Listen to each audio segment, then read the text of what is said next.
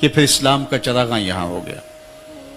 کتنے لوگ آئے تھے, 1000 کی تعداد بھی شاید نہ بن پائے. دوسری جانب آج کے دور کا المی آپ کے سامنے رکھنا چاہتا ہوں. اسی عرب سے ہزاروں نہیں لاکھوں لوگ, تاجر بھی, علماء بھی, اہل علم بھی, یورپ, امریکہ اور دیگر جو ہے وہ بلاد عالم کے اندر موجود ہیں. یہاں سے بھی کسی ملک کے اندر 1 لاکھ ہیں, کسی کے اندر 2 لاکھ ہیں, کسی کے اندر اس سے کم یا زیادہ ہیں. تو یہاں سے مسلمان کفر کے علاقے میں آئے تو چند 100 لوگ تھے تو انہوں نے پورے علاقے کو بدل دیا, اور یہ لاکھوں لوگ کفر کے علاقے میں گئے ہیں. وہاں تو کوئی ایک بھی کافر نہیں رہنا چاہیے. لیکن جب ان علماء سے پوچھیے, مولانا زبیر صاحب ہیں, باقی, کہ وہاں جب یہ جاتے ہیں ان سے بات ہوتی ہے تو وہاں کے لوگ کیا کہتے ہیں؟ دعا کرو کہ ہماری اولادیں مسلمان رہ جائیں.